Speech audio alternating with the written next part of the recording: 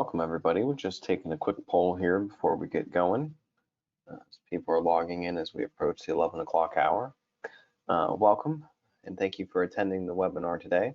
My name is Joshua France, as many of you might know, and we'll be talking about hydrographic scanning using a boat survey vessel and really mapping the shoreline with the scanner.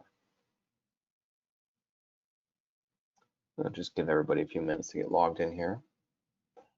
This will just be a short, quick half hour maybe on the topic. So the plan will be to run through this presentation and get to a question and answer session about 5 till the half hour. And hopefully we'll have plenty of time for that. And so I'll just wrap up the poll here. Seems like 50-50 split here of attendees so far. So a lot of familiarity with survey vessels. All right, and then hide that. Okay, now we're getting ready to go. Let me share my screen. Okay, looks good. Minimize my control panel. All right, and away we go.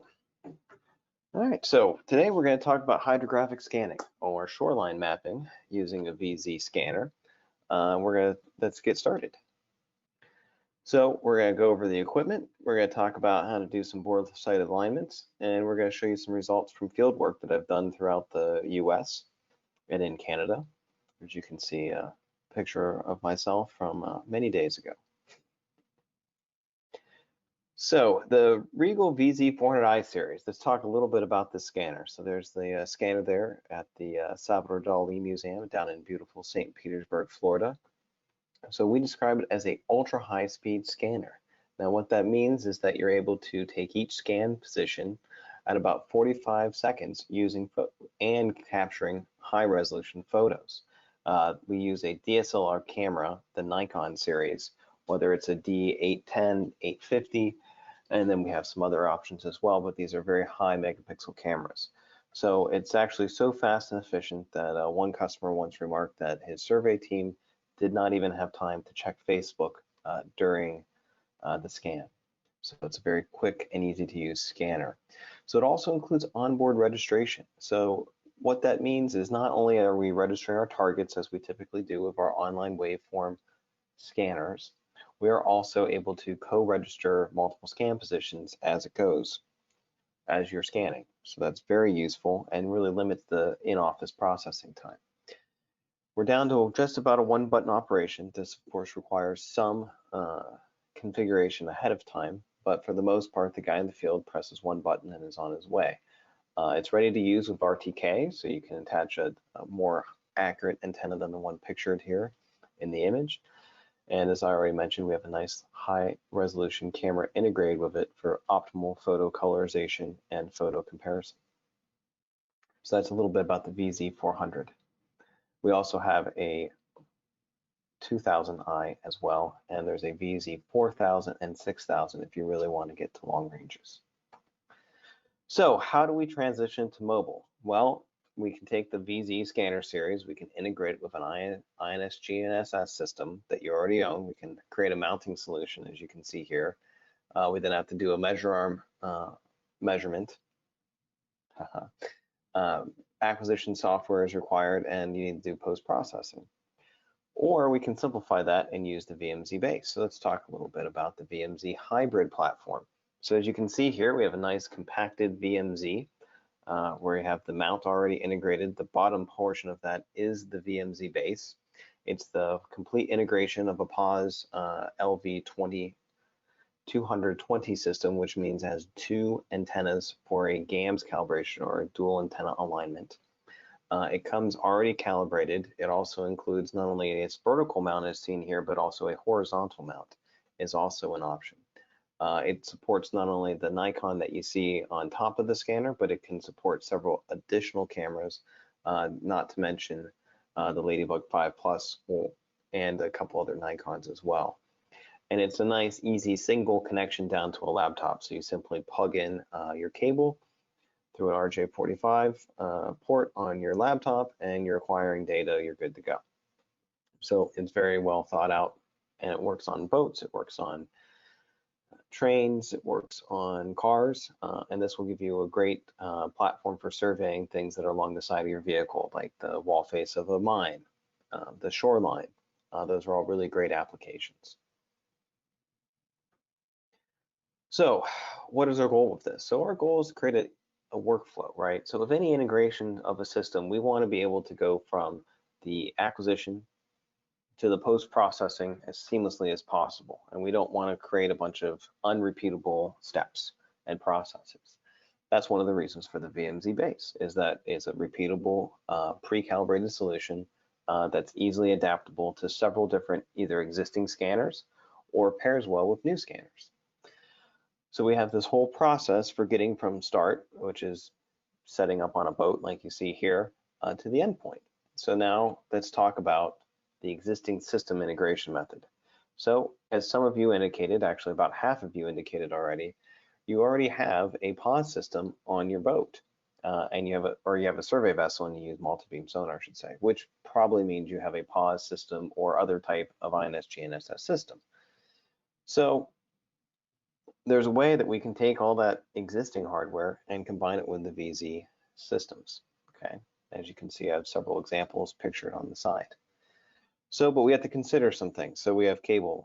How long do they need to be? Where is your pause system? Where's the laptop that you're going to use for recording? And where can you put the scanner so you can actually see off the boat and see the shoreline that you're mapping?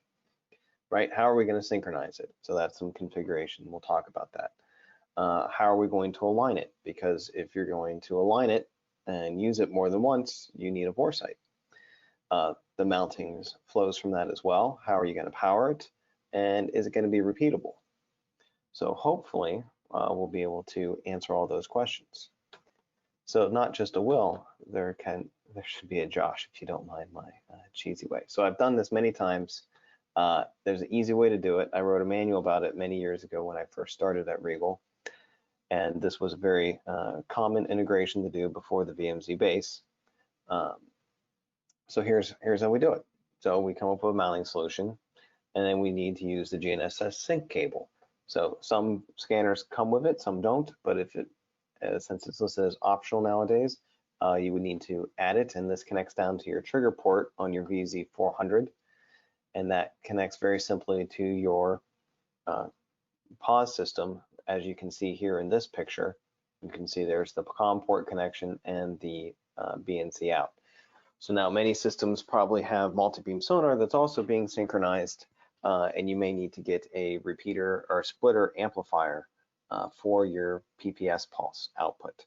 So we recommend getting an amplifier to go with it rather than just a simple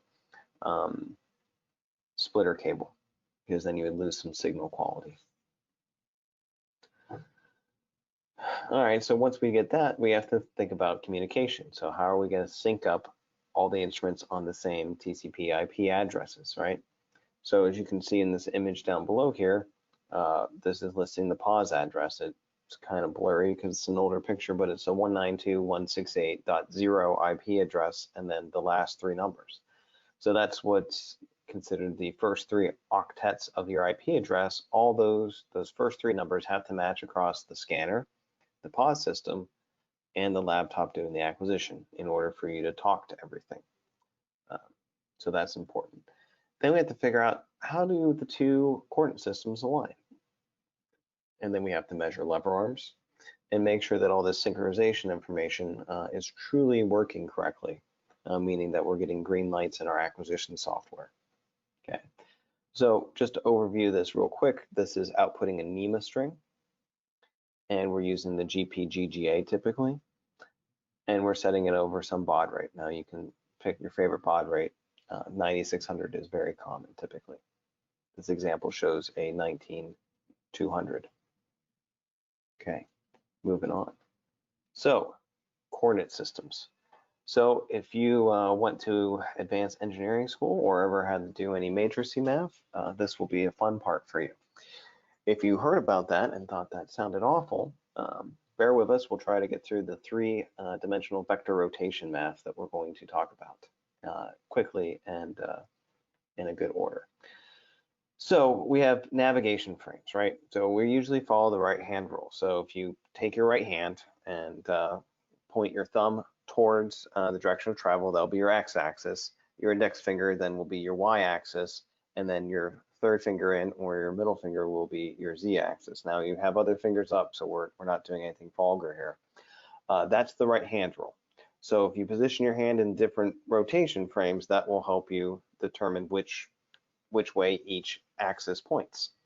So you can see I have two coordinate systems we need to synchronize. We have the coordinate system of the IMU, which is in green, where we have Z pointing down into the bench and the Y pointing to the right of the picture.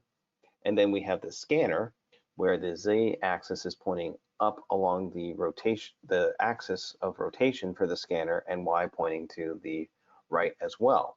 The X axis for both of these happens to be going in two different directions. For the IMU, it's headed into the picture, and in the scanner, it's actually headed out of the picture. So we have to come up with the math to get that right.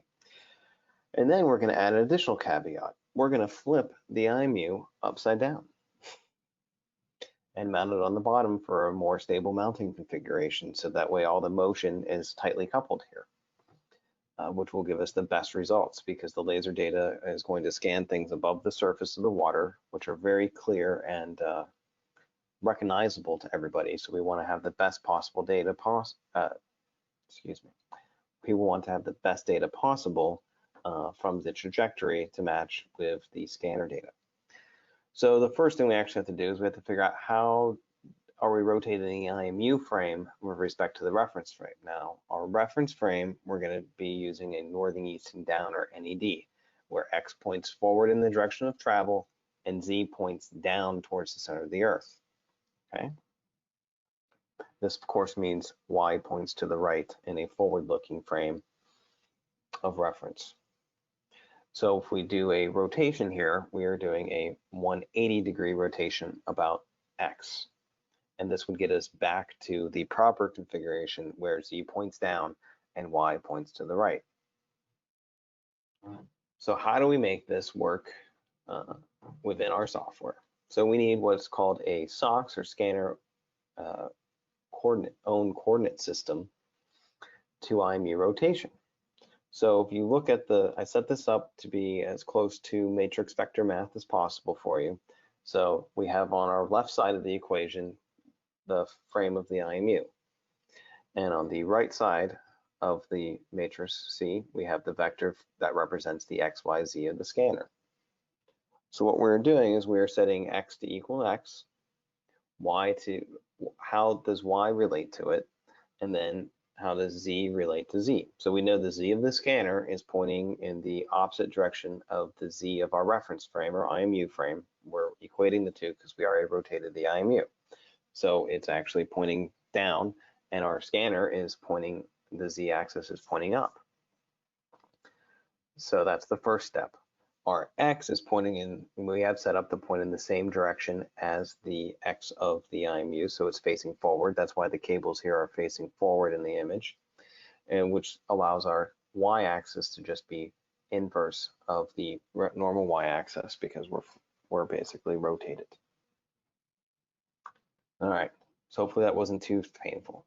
And then we have to measure the offset. So you see the mounting offset is that last column. So in this case, where we have the IMU directly mounted underneath the scanner, we're basically dead center in X, we're really close in Y, and we just have this short little vector to travel in Z. Now this is from the IMU to the scanner. That's important to remember, that we are always measuring the reference angles. Sorry, we are always measuring in the SOX to IMU matrix from the IMU to the scanner, and we are already in the IMU's coordinate frame. So because we are going up from the IMU reference, we are going in a negative Z direction. That's why it's negative, almost 30 centimeters. Okay. All right, we're gonna move on. So now we're getting to the exciting part now. So we've got everything mounted. We can see data in our software. We've acquired data, but now we have this problem that we have multiple passes over the same area and it's not aligned. Well, again, as we've mentioned to start with, this is to be expected because it's a put together on the fly system or put together after some careful considerations, but we need to calibrate it. So we're going to go over some few basic steps on how to get started and some principles behind it. A full tutorial on bore site alignment and everything can be done in a training course for how to do the integration. Today we're going to just kind of make some few highlights and suggestions on this. Okay, so doing good on time, that's good. All right, so we want to take an organized approach to this. All right, so RIEGL process is a very iterative, function-driven software, right? So we can trace in the line here, follow, if you can see my cursor, you can follow along here. We're going to start with the raw data. It runs through STC import. It turns into laser data. We then georeference it, pulling in information from the trajectory. And then we can use our scan data adjustment right here. We can visualize it first, and then we can use our scan data adjustment tool to improve the calibration, feed that back in the RIEGL world, and reevaluate our point cloud. That's the basics. So there's a lot of other things that we can do with it, but that's how we're going to first think about it. So bore site alignment. So minimally, you want at least several passes. I would recommend 4 to 6, and this is going forward to pass some common flat planar surface object. So you need planar surfaces. Let me back up. You need to scan planar surfaces that you can use. You can do something as simple as put up targets, flat panel targets all along a dock. You can use the buildings along the wharf. You can use concrete walls, but we need many different objects, the more the merrier, to be able to scan in order to get the two and the bore site alignment done. As you can see from our rotation map that we did, we were using a pure 90-degree rotation. So we're making the assumption that there are no offsets angularly that aren't a pure 90 rotation. We weren't measuring with protractors or trying to get precise angle degree offsets because we're going to use the laser data to help calibrate the overall misalignments between those two. Okay. So the way we do it is we have automatic plane search functions in scan data alignment, and it runs and pulls out different planar surfaces across objects. Okay, so we want to do at least 4 to 6 passes, and ideally these should be done at different angles. One of the features of the VZ scanner is that you can set up a different frame angle, so you can do a 90-degree where you're looking straight to the right, and then you can do the 45s off it, the 60s and the 30s as well off either side, so you can get a full compass rose projection. Obviously, if you're scanning across a boat and there's a giant, there's a bulkhead or some other frame of reference on one side of the boat that prevents you from scanning across the boat, don't scan that side, it wouldn't be useful. But scanning across to the shoreline where you have surfaces already out, that'd be very good to use. Now, please don't use jetties. The rocky surfaces are very difficult to bore sight with. I've done it. I've made it work, but it is a challenge. There are many great papers out there about using bore site alignment methods to do this. I just saw one at the Canadian Hydrographic Conference up in Quebec City this last February that talked about being able to do a daily bore sight with about 4 to 6 points, which was pretty good information. But again, it was for that day. So every time you remounted it, you would need to repeat the same process. So the more robust collection process that you do, the more likely you're going to have a lasting calibration for that mounting configuration, right? And then of course, if you can create a mount that has a consistent mounting location and alignment, you're going to get even better results that are going to be long lasting and can be used on that boat over and over and over again. So you can do things like put the boat on the trailer and move it and drive up and down the street before the launch. You can use a nice section of river to do this on. There's many different places you can do it, but you want to have great trajectory quality, so you need open sky. If you're going to go scan a bridge, don't use the bridge, please, as the as the bore site as well as the data collection area. That's going to just result in everybody being frustrated with the whole process. All right, so that's just a little bit about the bore site alignment. I could probably spend 2 hours talking about it and showing, but I'm trying to keep this to a quick informational presentation. So I'm sure there will be lots of questions on this topic, and I'll try to answer them at the end. So feel free to write in questions, and I will get to those at the end. All right, so here are some project examples. So I was asked to help with a project up in Nantucket, Massachusetts several years ago. And one of the main keys was to scan a jetty and also the ferry docking area. Now, as we were out there over a long time during the afternoon and into the evening, to better correspond with the low tide conditions that would allow us to see the most of the jetty, we ran into fog rolling in, as is often the case in New England. So as you can see from these two screen captures from our software RIE process, you have very interesting point clouds surrounding the areas of actual interest. So using several different filter combinations, mainly focused on reflectance on the one on the right, we are able to remove the fog from the data and get very cleaned up imagery. So that's one of the great advantages of using the laser, is that you can you capture a lot of information, even in this case where the jetty, as you can see, is very low lying. There's not a lot above the water line there at all, and we are quite a large distance away. And with it being so sensitive, it picks up water particles and moisture in the air, such as fog. So being able to filter that out is really key and really a great function. So now you can see here, you have different wall faces. We saw pretty clearly, you're actually getting, as you look close at the water line there, the really dark blue objects that are at the bottom, those are actually reflections off of that surface. So that's another thing to consider when finalizing this data, is making sure that you have a clear determination where the water line is before you go running off too far with the data. And it looks more clearly like a reflection on this far side.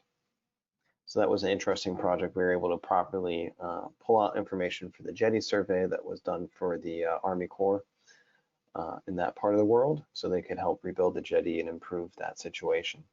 And then looking at the ferry docks, some engineering work could be done on where the ferries are hitting too hard, and replace some of that material could be done as well. So here's another example that is a very complete survey of both a multi-beam sonar merged with the LiDAR data.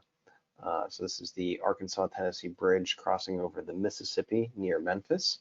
One of our first VZ clients, EMC Surveying, has done a lot of work merging the VZ-400 with their multi-beam sonar data out on survey vessels. And this is one of the good examples they were able to do, where they were able to make a full model from the LiDAR data and merge that with the multi-beam sonar data, as you can see on the right there. So there's a lot of great project examples out there. This one just stuck out to me as it was nicely merged together with the multi-beam sonar. So one of our clients up in Newfoundland, Canada, has a nice example here from both a harbor survey with the system on a boat, as well as taking the scanner off and putting it on a tripod and taking it up to a surrounding bluff and surveying back down on the harbor. So that's the picture on the right is from the higher vantage point where they're surveying sort of down onto it, and the one on the left with the boat there is the slow pass in a survey vessel. So that's one of the nice benefits to the VZ-400 and 400Is, is that you are able to remove them from the survey vessel, take them off, put them on a tripod, and do scans around important features that you want to get further information on. So as we're slowly approaching 25 after the hour here, I'm just about done. So great timing on my part today. So there's a lot of other possibilities to consider as well with this. I know that both HYPACK and QPS offer integration of RIEGL scanners in their software. That's using HiSweep and Quincy for the two different software vendors. We do support other GNSS solutions within our RIEGL software, and also other scanners can be used for this. Not to skip any here, but you can use the BUX1HA, the UAV scanner, or the LR, as well as the VMX and VMQ have been placed on boats to do a variety of interesting scans. I've worked on a project doing the Chesapeake Bay Bridge Tunnel system over out of Norfolk, where we are able to do a scan on a boat, and then we are able to then place it on a vehicle and scan both the bridge deck and the tunnel from the vehicle. So there are a lot of options out there for integrating that. We have a lot of users that have done projects where they've placed the VMX on a boat, sometimes a much smaller boat than I would have expected would work, but they were able to get the job done. Just a quick thing to keep in mind, our scanners are IP between 64 and 65 rated, so they can handle a little bit of splashing, but please don't try to make them underwater scanners.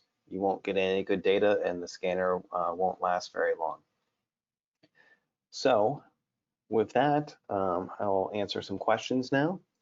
And one of the main things, if you're interested in getting started with this and have a list of things that you think you have and want to run that by my list of things of what you need to do this, please feel free to send me an email and we can talk about how to get started with this integration for you. All right, so let's see what kind of questions have popped up here.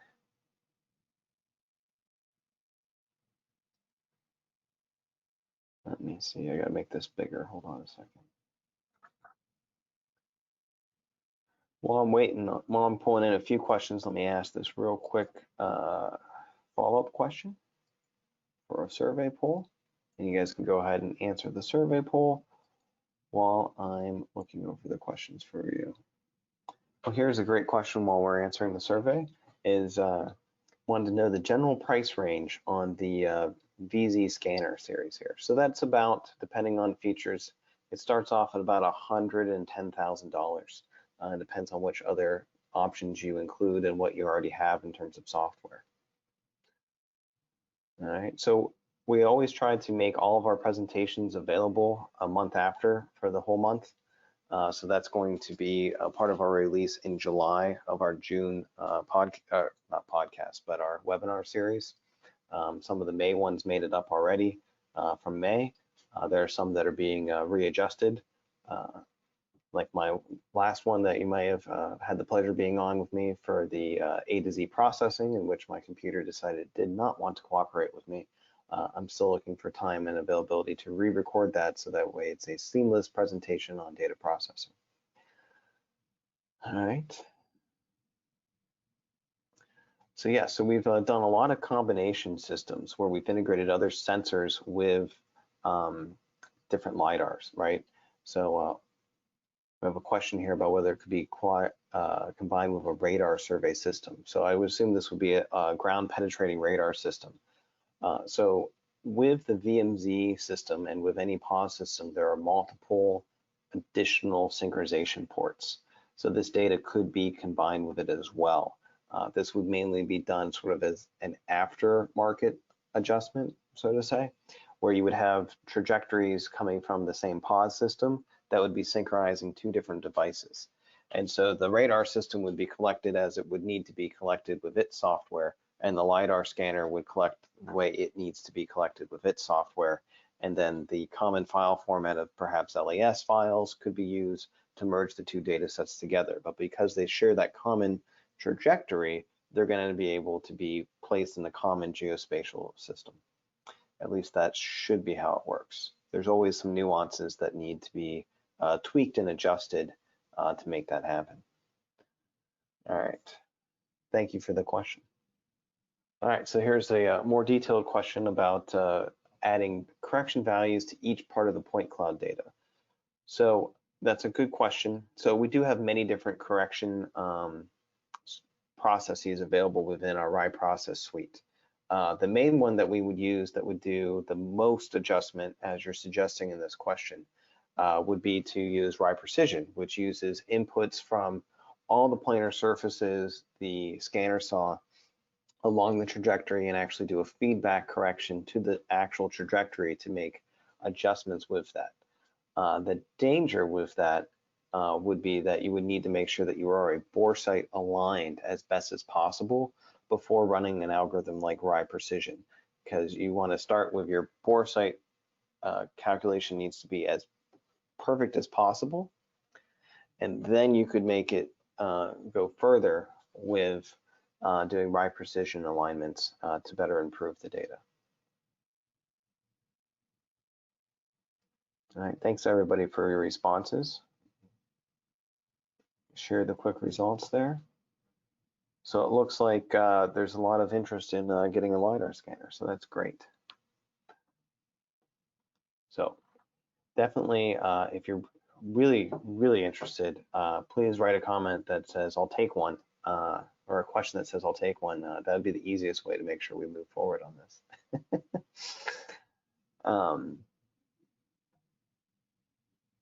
So another great question is about whether you can use it to scan through snow. You can scan through perhaps a snowstorm where you have flurrying flakes coming down, but you're not going to actually be able to see through ground clumps of snow.